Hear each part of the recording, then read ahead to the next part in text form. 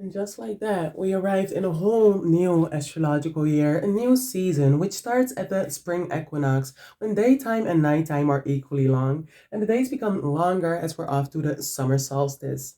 And this upcoming astrological year is asking us to step into our autonomy, to step into our role, as we all have our own purpose to fulfill.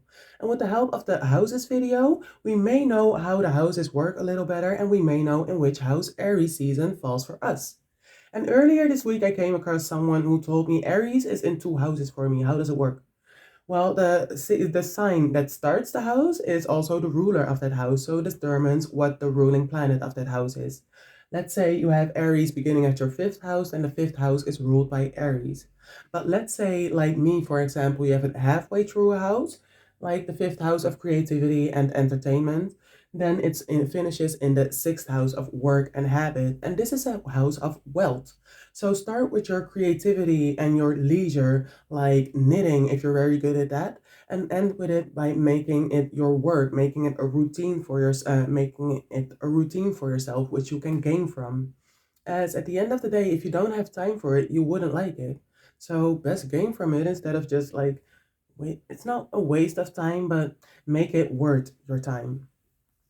So we're going to approach things very differently starting this Aries season for the monthly overviews because we're going to talk more about the planets, more about the personal planets than the generational or outer planets because they move faster. So check out in which house Aries falls for you and check out in which house the planets fall for you, and especially the ruling planet of your birth chart determined by the sign which starts at the first house, and the ruling planet of this upcoming Aries season, which is Mars, currently in Aquarius but will be shifting in Pisces tomorrow, the 23rd of March. But we'll be talking about that, and afterwards, we'll be finishing with the retrograde. So check out what your ruling planet will be doing for the upcoming year. Because, like we say in Dutch, een goed begin is het halve werk. Dus laten we beginnen. The first planet is for our Leo rising, actually the luminary, the Sun, which will be moving from 0 degrees in Aries until 29 degrees in Aries in your ninth house.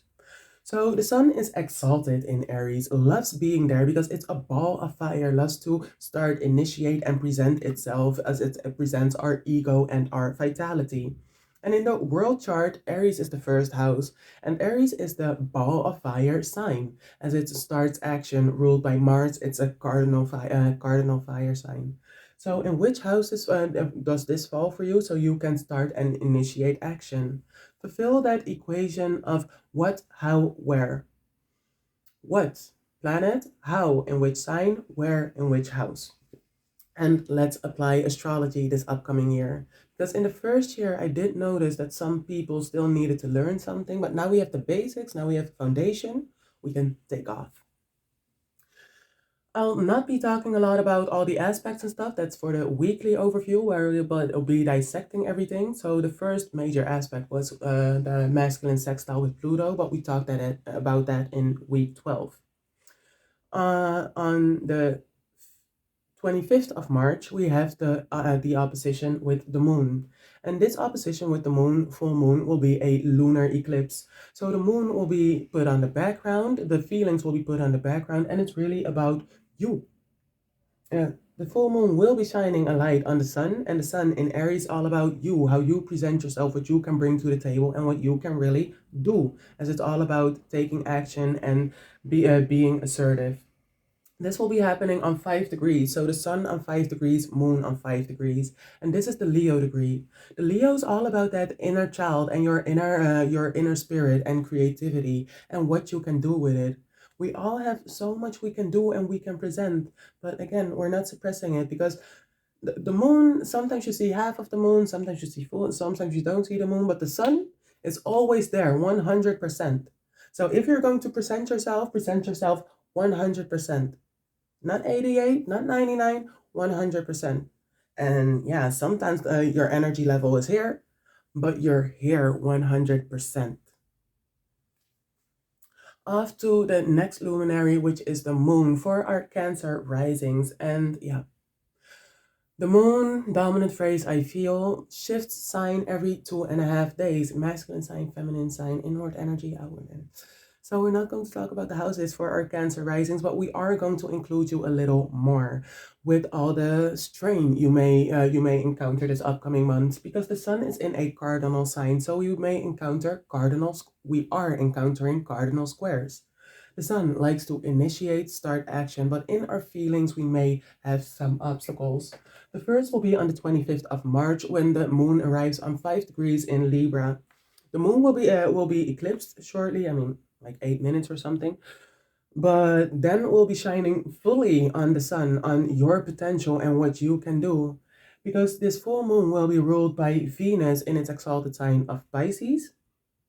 Yeah, still Venus in its exalted sign of Pisces. And yeah, how are you going to act? Because Pisces is a feminine sign. So it's all about the intention. A Pisces can punch you in your face and just think it was out of love, and you were like, this was out of love.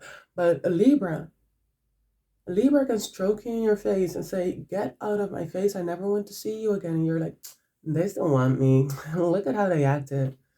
A Libra is more expressive. So how are you in your expression? As this is 5 degrees, the Leo degree, all about your expression. How are you expressing yourself? Should you be more intentional or should you be more expressive? The balance to everything, and there's a time, place, and people for everything and everyone, but not everything and everyone understands you every time. So know yourself, know how you can go out, and sometimes you just need to cut it off. Because peak of a cycle, we're going both ways, and the south node is still in Libra, so maybe we need to cut people off. Every relationship is under the scope, because everything is a relationship. The relationship with yourself, with your material, with your neighbors, nieces, nephews, brothers, sisters, with your mother, your inner child, all kinds of relationships. Take them under the loop and take the scissors out, because we need to make way. We need to make space. As we're off to the last quarter in Capricorn, which will happen on 17 degrees in Capricorn. And 5 plus 12 is 17. So this is again the Leo degree. And the Leo is a risk taker. So maybe you need to take risks, but be very authoritative about it. Like, again, there's time and place for everything and everyone. And some people may take you as a joke, like when you say, no, we're not going to do that. And they're like, yeah. Again, about your expression, be very expressive about it instead of intentional, and take your authority, and take your place. As this last quarter is for making space, we're letting things go in order to grow. Our favorite thing, our favorite rhyme. So yeah, ruled by Saturn in Pisces. No delusion. Be very expressive about it. On the 8th of April, we have the solar eclipse or new moon in Aries on 19 degrees. And 19 degrees is the Libra degree. Libra, take into account, because it's a world of duality. Still, so which way do you need to go? Do you need to cut the people off? In order to gain those long-term goals and dreams you're aspiring to, and you make way for, or do you need to let those goals and aspirations go for the people? Not everything and everyone can come, and yeah, be fair about it and be very deliberate about it and cut it off. As the solar eclipse new moon is the end of an old cycle and the beginning of a new cycle. As you're starting action, as you're initiating who and what can come, who and what cannot come. Maybe both can come. We have the first quarter in Cancer on the 15th of April on 22 degrees. And this will be ruled by the moon in Cancer. So it's all about the feelings. 22 degrees, Capricorn degree.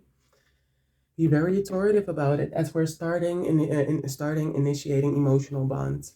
And like I said, in your expression, there's time, place, and for everything. So do not assassinate your character again, as you're starting these new emotional bonds, starting these new. We're starting anew. And some people may be like, oh, but I remember you because the way you were over there, I did not like that. You still have a face, you still have a name, you still have a reputation to hold on. So I remember I cut someone off, And some people, you just drift away. But this one, they deserve an explanation. And I was like, yeah, listen up. We've been friends for 6 years, and I don't really feel valued for 6 years. So I'm going to cut you off. And yeah, but yeah, have some respect for yourself and just be cut off. You have some new space, do something with that new space, create for yourself. First quarters are a time for growth, and it's a new cycle, it's a new day, so start anew. Just have some respect for yourself and just go. Have some respect for yourself and just let them go. The Cancer risings.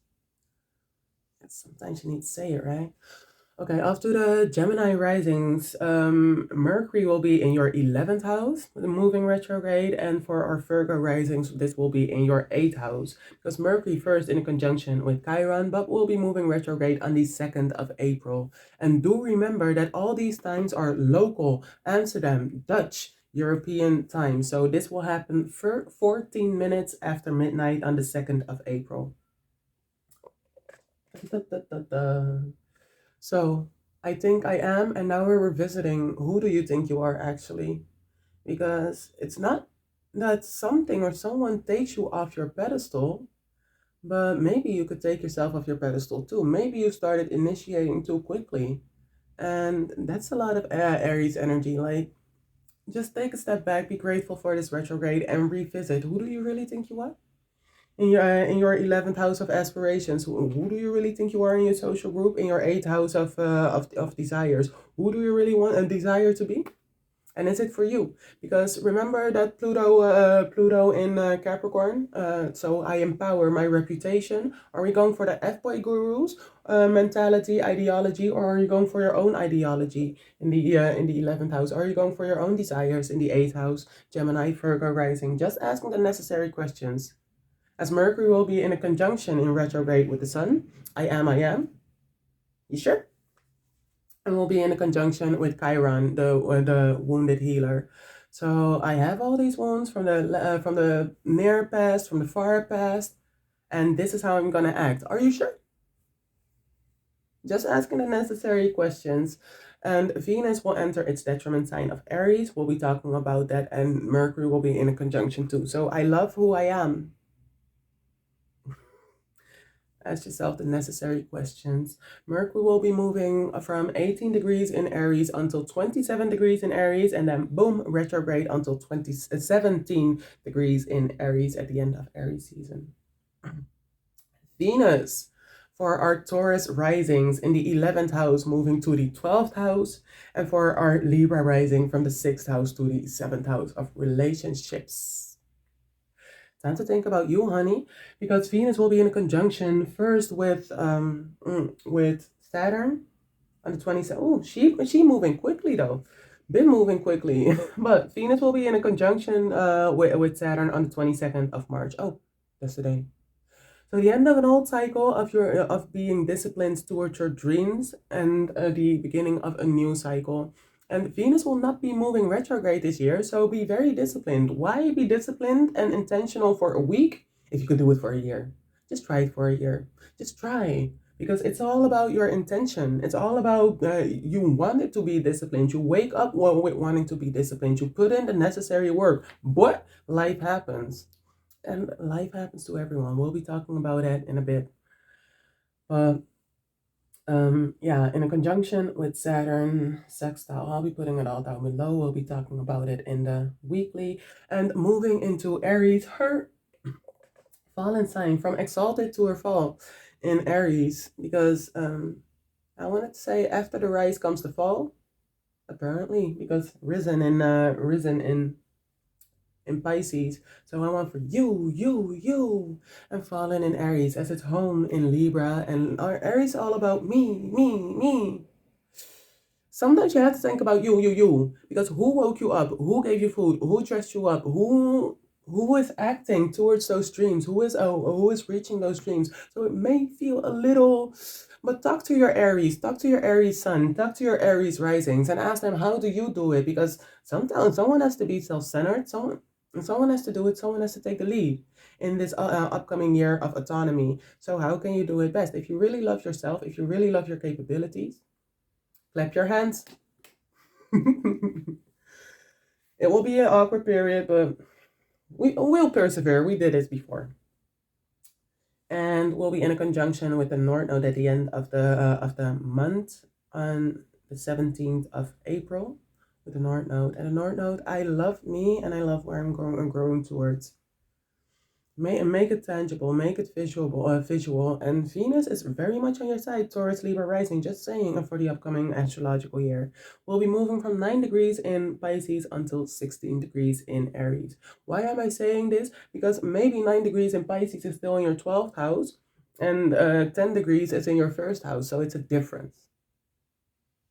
It's not a big difference. The Smiths just asked me what difference does it make. That's not a big, but just saying. Either way, different priorities. Let's just go off to Mars, ruler of this upcoming Pisces season, Aries season, which will be moving in Pisces tomorrow on the 23rd of March. So it's instead of I act on what I know, act on your dreams, because Aries rising. Oh, you're so self-centered, but you also have dreams. You also have which you also would like to make a reality. And if you're not going to do it, who else is going to do it? Maybe you have suppressed yourself. Maybe you haven't suppressed yourself. But no, there's enough stage for everyone. There are enough open doors for everyone. And just because you are first doesn't mean you are the worst for it. Just because you saw your opportunity and took it doesn't. Aries placements. So, yeah, this is like that. I act on my dreams. Your subconscious, right? Mars in your in the subconscious of Pisces, the 12th house. You can say, I have so much, I do not deserve this, or I have more than I deserve, and I'm very grateful for it. See the weight of both? I have so much, I do not deserve it. It will be ripped and stripped away from you if you do believe you do not deserve.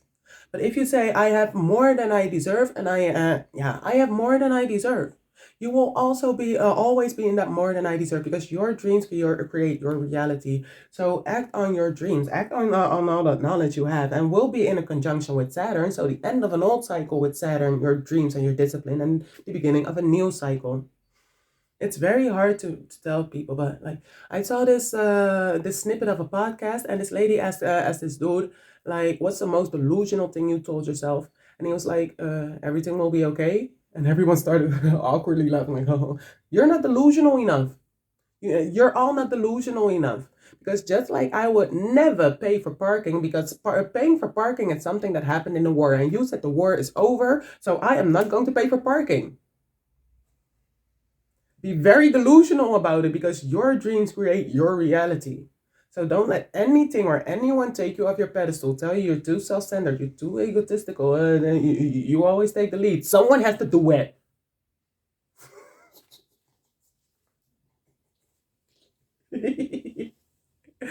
Okay, off to the generational planets. And the generational planets are, yeah, we're not talking about them too much because they don't move too much. And personal planets are more personal to you. I have my Mars in Gemini, so my intonation goes everywhere.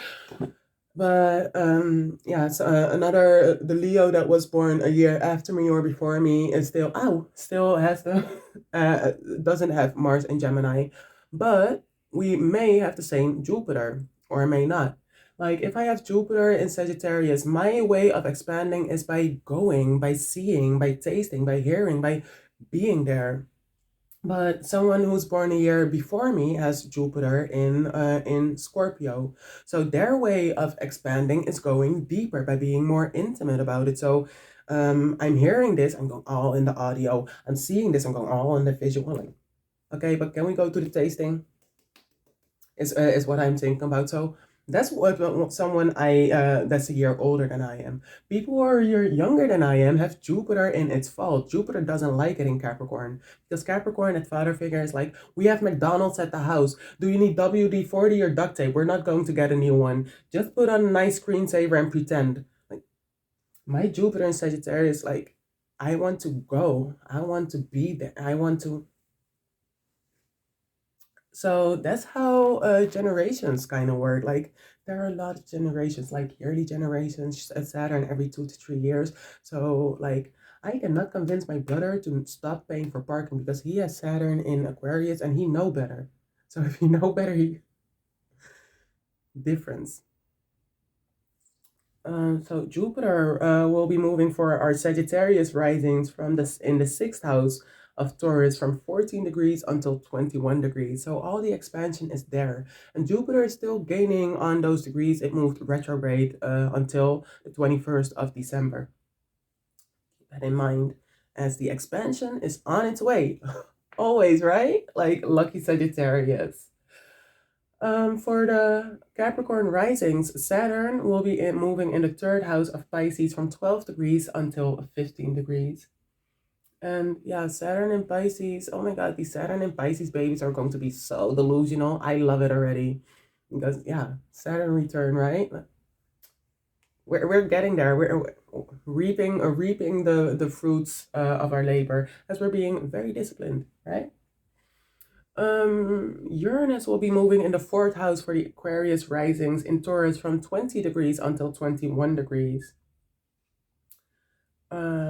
Neptune will be moving in the first house for our Pisces risings from 27 degrees until 28 degrees. And I wanted to say that I think I said it all before, but let's just talk about something else because Neptune's 27 degrees to 28 degrees is like almost nowhere. So if the sun is going to be in a conjunction with Neptune, aspects can be felt like 3 degrees before till 3 degrees after. And the exact conjunction is 0 degrees. So let's say 3 degrees before the Neptune conjunction with the sun. The sun is 3 degrees in front. You'll be I feel this coming. There's a haze coming up. 0 degrees, the exact conjunction, because Neptune is still there. Neptune's all these generational planets move so slow, and the sun moves 1 degree a day. So 1, 2, 3 days later, you're like, what is this haze? Like, what did I smoke? And like 3 days later, it's like, what was that? No, okay, word. And that's just the sun and Neptune, because the sun, the vitality, Neptune, haze, you know. Yeah, so that's just what I'm trying to say. Like with the generational planets, with the outer planets, like those aspects, opposition, conjunction, whatever, they may last a little bit longer. Because I also forgot to say Uranus will be in a Earth trine with Lilith. That suppressed box of skills we still have over there. Earth trine, make it practical as we're evolving and yeah, starting to step in our new evolved form, my final form, whatever. This will happen on the 12th of April. We'll talk about it. We'll talk about it. And it's written down in the description. Let's just arrive at the Scorpio risings. Pluto, your ruler, will be moving in your fourth house in Aquarius from 1 degree to 2 degrees. Yay. So I told you, the cardinal signs. I told you, mama, brother, y'all not done yet. Y'all not done yet with all these cardinal squares and oppositions. So don't be pounding your chest too much. Let's just talk about the retrogrades.